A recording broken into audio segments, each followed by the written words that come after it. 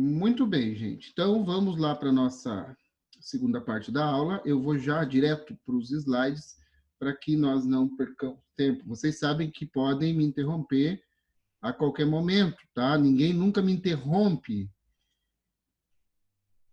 mas aí já ainda vai acontecer. Já estão vendo aqui a minha tela, tá? Deixa eu só desaparecer. Muito bem. Então, crença, justificação e verdade era aquilo que a gente viu na nossa no finalzinho da outra aula. E agora a gente tem aqui um outro problema com relação à origem do conhecimento. E aí, gente, quanto origem, o conhecimento ele possui uma disputa entre o racionalismo e o empirismo. Como a gente já viu, essa disputa ela fica evidente aqui no mundo moderno, tá? Mas é uma indagação própria do mundo grego, tá? É, ela se torna clássica ali com Platão e Aristóteles, né? Platão dizendo que o conhecimento vem da razão, tá? Que os sentidos nos enganam, que a natureza é uma mera cópia imperfeita das coisas e que o conhecimento adquirido através do sentido seria uma cópia da cópia, além do sentido não ser confiável, tá? E aí depois vem o Aristóteles, que diz que o conhecimento está na natureza também, tá? Que a natureza uma fonte de conhecimento. E aí, quando Aristóteles fala natureza, ele está, obviamente, se referindo a toda a realidade material, tá bom? Na modernidade, gente, nós teremos não vou dizer, é uma disputa, tá? Uma espécie de rivalidade também acontecendo. E aí, os ícones deste problema, né, quanto à origem do conhecimento no mundo moderno, são René Descartes, tá? Pai fundador do racionalismo moderno, e Francis Bacon, também conhecido como Chico Toicinho, que é o primeiro cientista, né, digamos assim, da modernidade, e é o considerado pai fundador do empirismo. Em alguns lugares, tá, gente, aparece o Thomas Hobbes como pai do empirismo moderno, tá? Mas não sei o porquê disso. Enfim, ele também tem ele é um empírico, né? Ele é um empirista, ele tem teses, né, sobre isso, porém, o Hobbes está muito mais associado à questão da justificação do absolutismo, né, e da questão do surgimento do Estado. Mas, enfim. Então, o que o Descartes ele vai dizer, gente? Que o conhecimento ele é inato. Tá? E o que é uma coisa inata? É uma coisa que é própria do ser. Por exemplo, a fome. Fome é uma coisa inata. A fome ela é inerente a todo ser vivo, assim como o sono, o cansaço, a dor, né?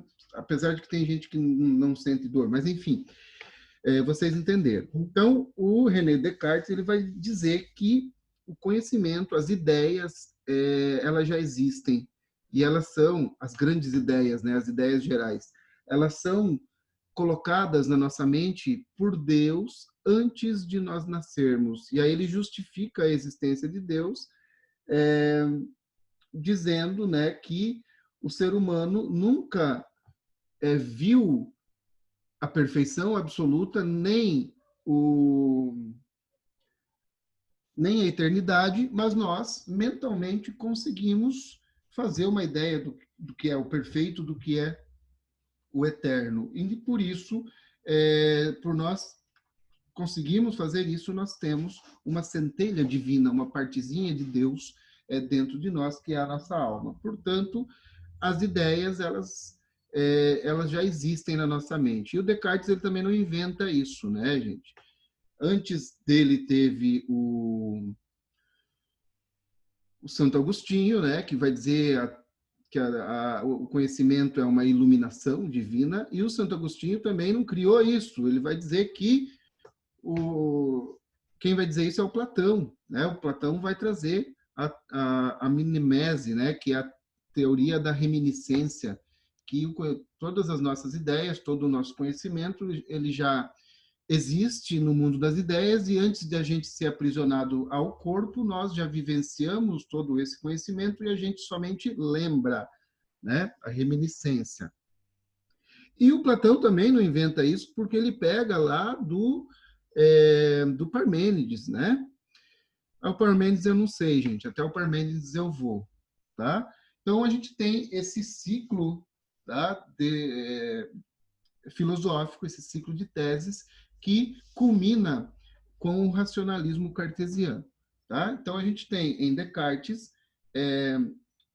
o racionalismo, a recusa dos sentidos e o inatismo. Tá? Esses são os princípios defendidos por ele.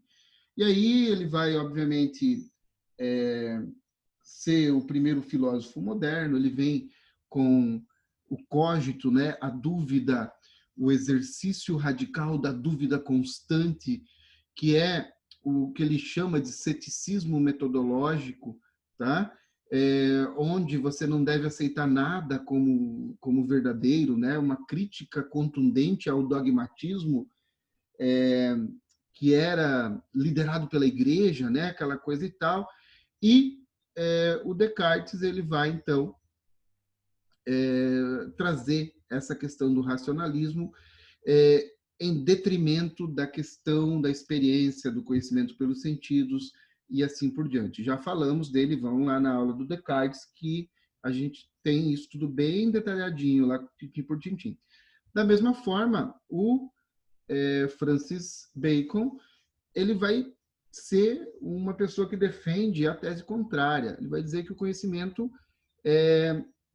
somente é adquirido através da experiência. E se é algo que você experimenta de alguma forma, através dos seus sentidos.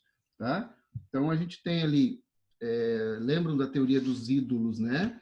Ele vai dizer que o conhecimento verdadeiro é obscurantizado por alguns ídolos, né? Alguns deuses que prejudicam o nosso entendimento, que deixam o nosso entendimento turvo, que são aquelas verdades, né, pré-estabelecidas.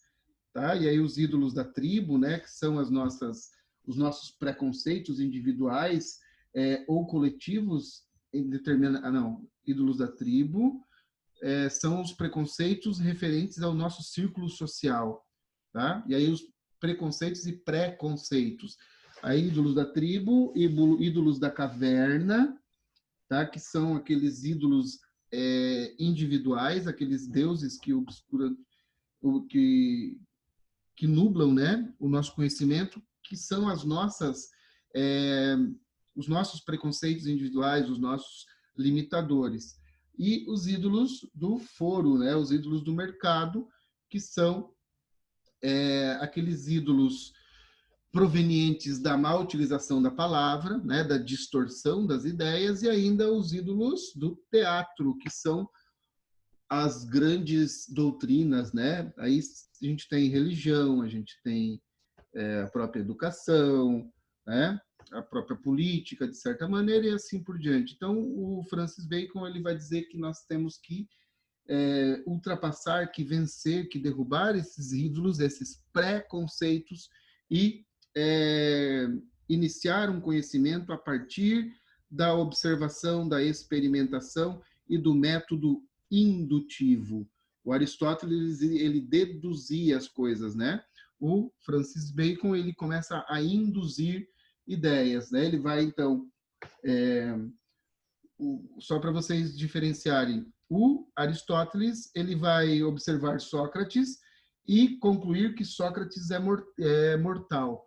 E aí ele conclui também que Sócrates, ele deduz, né, que Sócrates é um homem e, portanto, o homem é mortal. Então, todo homem é mortal.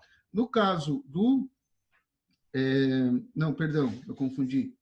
O Sócrates vai partir de uma premissa maior, tá? De uma premissa geral. Todo homem é mortal. Daí ele deduz que Sócrates é um homem e daí ele deduz que Sócrates é mortal. O Francis Bacon, ele vai fazer o sentido contrário, tá? Ele vai investigar o particular para tentar chegar no geral, tá? E aí ele vai induzir ideias, tá? Por exemplo, ele observa um gato e percebe que o gato tem 4 patas, né? E uma habilidade muito grande em subir coisas, subir árvore, né? Uma habilidade de correr, uma habilidade de fazer uma série de coisas. E aí ele observa um outro gato, um outro gato, um outro gato, uma porção de gatos, e ele conclui que aquelas habilidades são é, habilidades inerentes ao ser gato, tá? Então, da observação dos individuais para uma teoria geral. Aí nós temos, gente, a partir de então, tá? A partir da origem, as possibilidades de conhecimento. E aí as possibilidades são o dogmatismo, vou voltar, tá? O ceticismo, o relativismo, o pragmatismo, tá bom? O que é o dogmatismo? E agora vem uma provocação aqui para nós. O dogmatismo, num sentido estritamente filosófico, rigorosamente filosófico, ele importa-se a confiança absoluta na capacidade cognitiva da razão humana ou mesmo em seus sentidos. Então, o dogmatismo ele pode ser racional ou empírico, e, por extensão, na problematização filosófica do conhecimento. Tá? Peraí, deixa eu... Apareceu um negócio na minha tela. Olha só, gente, a confiança absoluta na capacidade cognitiva da razão humana ou mesmo em seus sentidos e, por extensão, na problematização filosófica do conhecimento. Deixa eu só ver uma coisa aqui na minha cola. Espera aí, dogmatismo. Calma.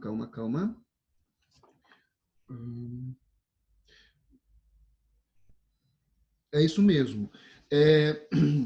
E aí, gente, o dogmatismo, no sentido, no campo filosófico, ele está um pouco além daquela noção dogmática que a gente aprende na escola, né? O que é um dogma?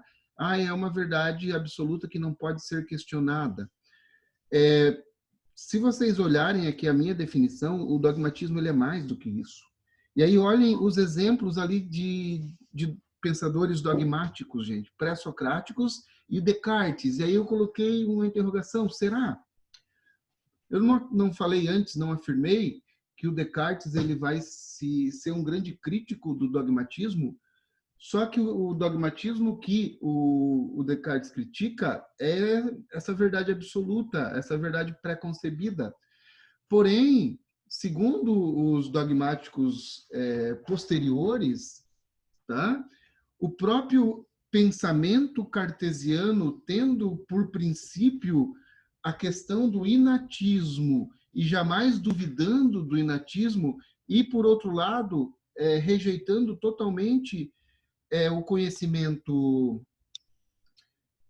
empírico, é uma forma de dogma, tá? Os pré-socráticos, por exemplo, quando eles confiam de maneira absoluta na capacidade humana de relativizar, eles estão sendo dogmáticos. E aí, uma outra coisa que faz com que esse pensamento seja dogmático é o quê?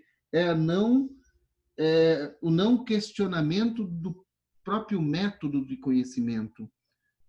Tá? O Descartes ele não coloca em dúvida o seu método de conhecer.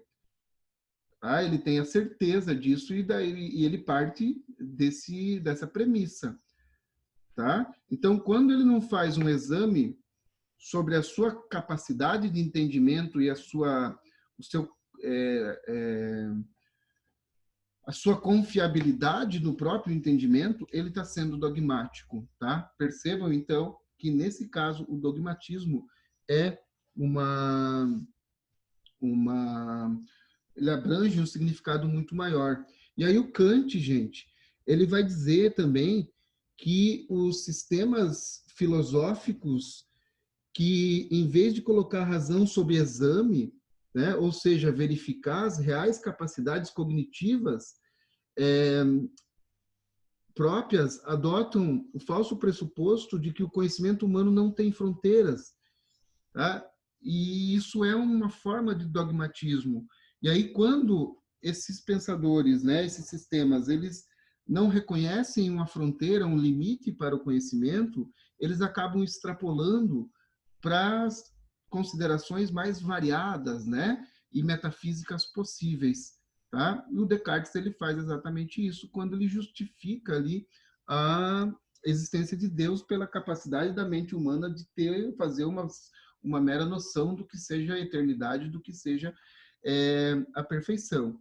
E o Kant, gente, só para vocês entenderem, né? Ele fala de metafísica e tal, ele era pastor protestante, ele era um religioso.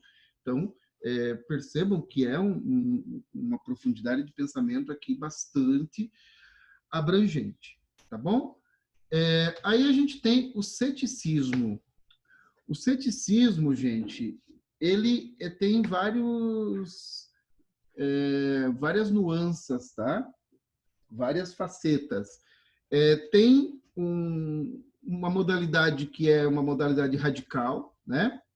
Própria lá dos sofistas, que nega qualquer possibilidade de um conhecimento humano da realidade.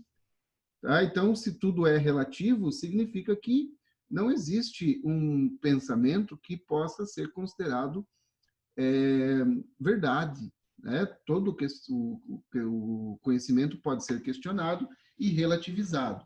Aí, mais tarde, nós teremos os céticos pirrônicos, que vêm do Pirro de Elis, né? Considerado o pai fundador da escola cética, uma escola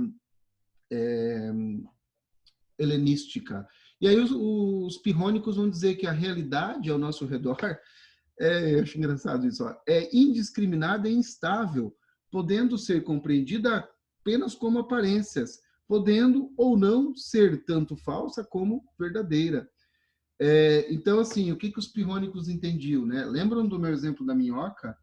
Cara, eu não posso saber, eu não sou uma minhoca, então como que eu vou? É uma limitação, eu não vou saber o que é uma minhoca. Então, diante disso, deixa a minhoca ali, eu vou ficar com a aparência da minhoca. Parece um ser nojento que serve para pegar peixe e em certas circunstâncias é bom para o solo. Tá? Eu não vou me aprofundar e eu também não vou discutir se alguém disser que não é isso. Tá? Isso é o ceticismo. Depois, gente, nós temos os neoplatônicos, que vão utilizar, né, a ideia da desconstrução de todos os saberes aparentes. Tá? Isso também tem na filosofia cartesiana. Aquela frase do Sócrates, né, que está lá no portal, né, do oráculo. Não é isso que está lá. Perdão, gente. Está lá, conhece a ti mesmo. Aquela outra frase famosa do Sócrates, só sei que nada sei, ela nada mais é do que aquela premissa primeira do método cartesiano de não considerar nada como verdadeiro antes de um exame completo. Tá? É a desconstrução dos saberes aparentes. Tá? E aí vem o Sócrates, né, utilizando isso e dando o nome de ceticismo metodológico, que significa o exercício radical da dúvida, professor Emerson, constante, não da dúvida para a investigação da verdade, tá bom? Percebam que esses dois aqui, ó, eles estão muito próximos, e estão próximos de maneira justificada, porque o Descartes é um neoplatônico, tá? Só que é um neoplatônico da modernidade, não do helenismo, tá bom? Depois vão aparecer, gente, outros modelos ceticistas, tá? Céticos, melhor. O próprio David Hume, ele vai trazer aí uma ideia do, como que é? ceticismo suavizado. Mas aí é uma coisa um pouco diferente, tá? É uma noção que ele diz que a nossa mente, ela prega peças de causa e efeito, tá? A gente vê alguma coisa acontecendo, tá? E aí a gente, por natureza, vai procurar a causa, né? O que causou aquilo. E aí a gente cria uma falsa noção de que sempre que certas circunstâncias, que certas causas se alinham, as consequências vão ser sempre as mesmas. Só que aí ele fala que isso é uma peça que a nossa mente nos prega. Não, não há fundamento nisso. Mas isso é outra coisa, tá? É isso mesmo, acho que está certo, é mais ou menos assim. Aí nós temos o relativismo, né? Que é uma tese que nega a universalidade da verdade, ou seja, nada pode se apresentar como verdade em todos os tempos e lugares. A noção de verdade é totalmente deslocada para o sujeito e não existe a relação sujeito-objeto, tá? E aí aquela frase do rapaz lá que a gente não lembra, o homem é a medida de todas as coisas, tá? Não há critério absoluto exterior aos indivíduos para determinar a realidade ou a verdade, tá? O homem é a medida, então ele relativiza. E, por fim, o pragmatismo, tá? O pragmatismo é uma concepção contemporânea, tá, gente? Século XX, Estados Unidos, tá? E o pragmatismo é uma vertente do marxismo, tá? Porque o marxismo ele é totalmente pragmático, né? Se vocês forem olhar na Segunda Guerra Mundial, a União Soviética, que estava, né, orientada pelo marxismo, ali ao menos em suas bases filosóficas, suas premissas, é a única nação que vai pegar as mulheres, meninas, e transformá-las em soldados da linha de frente. Né? Existiam snipers, mulheres, a Lyudmila Pavlichenko, né, na Dama da Morte, que é uma personagem fantástica do exército soviético, tem um filme sobre ela, e é um filme russo, gente. O nome do filme é A Batalha por Sevastopol. Escutem não, assistam esse filme, tem no YouTube, e escutem a trilha sonora, vocês já ouviram rock and roll russo, é muito legal. E aí conta a história dela, tudo. Tem também na União Soviética uma divisão aérea, tá? Que são as bruxas voadoras, ou as bruxas da noite, não sei, que era um agrupamento todo de mulheres, né? Desde da líder até as pilotos, todas mulheres. E por que a União Soviética colocava as mulheres nessas posições de linha de frente e os outros países, né, aliados ou países do eixo, não, né? As mulheres elas ficavam ou no país trabalhando nas fábricas, né, ocupando o lugar dos homens, ou na retaguarda trabalhando como enfermeiras, né? Elas não iam para a batalha, porque para os soviéticos, ali, ó, marxismo é tudo mão de obra, gente, pragmático, tá? Então utiliza, não tem por que não utilizar em função do gênero. E aí, o pragmatismo ele é uma ideia, tá? É uma linha filosófica que assume como verdadeiro tudo aquilo que é útil e benéfico para a vida em sociedade. E aí, a validade de uma proposição é determinada pelos benefícios que é capaz de proporcionar ao cotidiano das pessoas.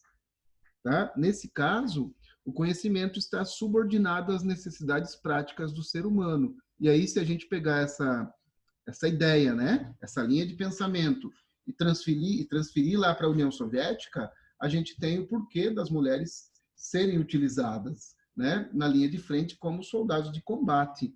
Tá? Porque aquilo era útil e era benéfico para a sociedade naquele momento. Percebam que era no momento, no outro momento pode não ser, tá? Então, o pragmatismo é uma linha, tá? Filosófica que ainda está sendo bastante estudada, ainda está em voga no campo da filosofia, por ser uma teoria historicamente recente. Beleza? Então, gente, dúvidas, tá? Ó, possibilidades do conhecimento é diferente de origens do conhecimento, tá? O pragmatismo, o relativismo, o ceticismo e o dogmatismo, eles não se importam se determinado conhecimento surgiu de maneira racional ou empírica. Por quê? Porque eles têm os seus parâmetros de validar ou não o conhecimento. Tá? E aí, agora que eu lembrei do pragmatismo, vocês lembram que eu falei para vocês, né? Lá, falei e tem no primeiro, segundo slide, que a epistemologia, ela estuda inclusive a validade do conhecimento. E aqui a gente tem, ó, a justificativa. Por exemplo, a capacidade de você enganar um sistema bancário e desviar dinheiro para a sua conta. É um conhecimento, tá? A capacidade que você tem ali, né, de hackear informações é um conhecimento, só para a gente ficar em 2 exemplos, tá? Ninguém vai dizer que não é um conhecimento. Só que aí, ele é um conhecimento válido, tá? Pelo ceticismo, o cético não ia dizer nada, né? O dogmático ia depender, né, daquilo que estava sendo válido no momento. O relativista, ele ia dizer que sim e não, né? Claro que é um conhecimento válido para o cara que levou vantagem, mas é um conhecimento não válido para o cara que sofreu, né, o prejuízo, tal. E o pragmático, gente? O pragmático vai dizer, isso é útil para a vida em sociedade ou é prejudicial? É prejudicial. Então, não é um conhecimento válido. Ele não é um conhecimento, tá? Ele é outra coisa. Beleza? Só para vocês entenderem, gente, como que essas questões, elas também são complexas, tá? Meninas, vocês podem participar, tá? Eu fico, às vezes, muito solitário aqui falando. Vamos lá. Agora a gente vai para os estudos de caso, tá? E o nosso primeiro estudo de caso é John Locke. O Locke, nós já falamos dele na questão do Estado, então eu não vou novamente apresentá-lo, tá? De maneira biográfica, tá? Basta a gente saber que ele é um filósofo inglês que nasce em 1632, ele vai ser aluno do Francis Bacon, né? E ele morre em 1704. Ele vai ser um pensador político e um pensador epistemológico também. E o John Locke é o cara do empirismo, tá? Independente se o pai do empirismo foi o Bacon ou o Thomas Hobbes, o Locke é o cara, tá? Inclusive, o Kant vai dizer mais tarde que o John Locke ele vai inaugurar a escola crítica da filosofia, tá? O Locke é uma pedra fundamental, digamos assim. E aí eu coloquei esse primeiro slide, gente, com 2 ideias do Locke que estão nesse livro, Ensaio sobre o Entendimento Humano. O Hume vai escrever um outro com o mesmo título também depois, mas que são ideias que funcionam ou são utilizadas. Esse aqui é de 1760, tá, gente? 660, desculpa. São usadas tanto no campo político pelo John Locke, quanto no plano epistemológico, tá? Então, a ideia do empirismo, né, da tábula rasa, o conhecimento a partir da experiência, ele vai utilizar essa ideia para refutar a noção de que o homem é ruim, é mal por natureza, né? Ele vai dizer que não, o homem ele é uma folha em branco, tá? Ele tende ao bem, né? Mas ele pode ficar mal dependendo das experiências. E aí, a primeira parte, o primeiro capítulo desse livro é dedicado à recusa do inatismo, tá? O inatismo é a base do racionalismo cartesiano. Só que ele não recusa o racionalismo, gente, tá? É importante frisar isso. Ele recusa essa história do inatismo, de que o ser humano já nasce com ideias implantadas na sua cabeça. Tá? E aí isso é uma questão tanto filosófica e epistemológica quanto política, tá? Serve para as duas coisas. Lembram do livro dele, Dois Tratados sobre o Governo Civil? Então, o primeiro tratado é dedicado a derrubar, a refutar aquela ideia do direito divino dos reis, tá? Que era a base sustentadora do sistema absolutista. E aqui, gente, a recusa do inatismo, ela ela aparece também como um elemento justificador e validador do empirismo, tá? Então ele vai dizer o seguinte, que a existência de ideias inatas postas em nossa mente por Deus pode levar ao dogmatismo religioso e justificaria ideias como a teoria do direito divino dos reis, tá? Onde qualquer crítica ao sistema absolutista seria também uma crítica ao Criador, tá? Então, se Deus colocou ideias na nossa cabeça, através do costume, tá? Não, ele vai dizer o seguinte, que Deus não colocou ideia nenhuma, tá? Nós é que criamos ideias e nos acostumamos a ela, e em função desse costume, a gente acaba cedendo a acreditar, né, que essas ideias existem desde sempre, tá? Ou seja, são inatas. E aí, impor a noção das ideias inatas seria negar a liberdade de conhecimento. E lembram dos direitos fundamentais, tá? Liberdade, propriedade e igualdade, tá? Então, o John Locke ele vai dizer que acreditar nisso, acreditar que Deus coloca ideias na nossa mente, é reduzir o homem a um mero receptáculo de ideias, tá? É negar a sua liberdade e a sua capacidade de conhecimento. E aí ele vai dizer também o seguinte, que a recusa ao inatismo leva ao ceticismo e ao ateísmo, e por isso é combatida pela igreja e pelos defensores do absolutismo, tá bom? O John Locke vai dizer o seguinte, gente, não existem ideias inatas. O que é inato no ser humano é a sua capacidade de entendimento. Tá? Isso é uma coisa comum a todos os homens. E aí, durante o primeiro capítulo desse livro, ele começa a explorar, né, essa ideia, a desenvolver, e aí ele vai dizer o seguinte, se Deus tivesse colocado ideias, né, inatas na nossa mente, nós não teríamos tanta divergência dentro da sociedade sobre as mesmas coisas. Tá?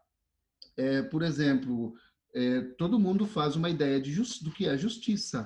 Até o próprio bandido, ele vai ter uma ideia do que é justiça.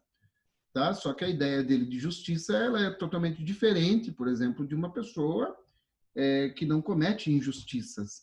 Vocês estão me entendendo? Então, assim, o Locke vai dizer que isso é a prova fundamental, a prova cabal de que não existem ideias inatas.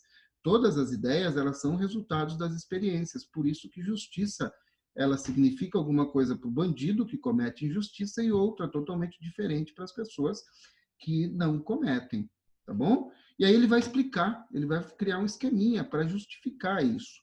E nesse esquema, gente, ele vai dizer que o entendimento é o que torna o homem um ser especial e lhe propicia vantagens em relação às outras espécies, tá?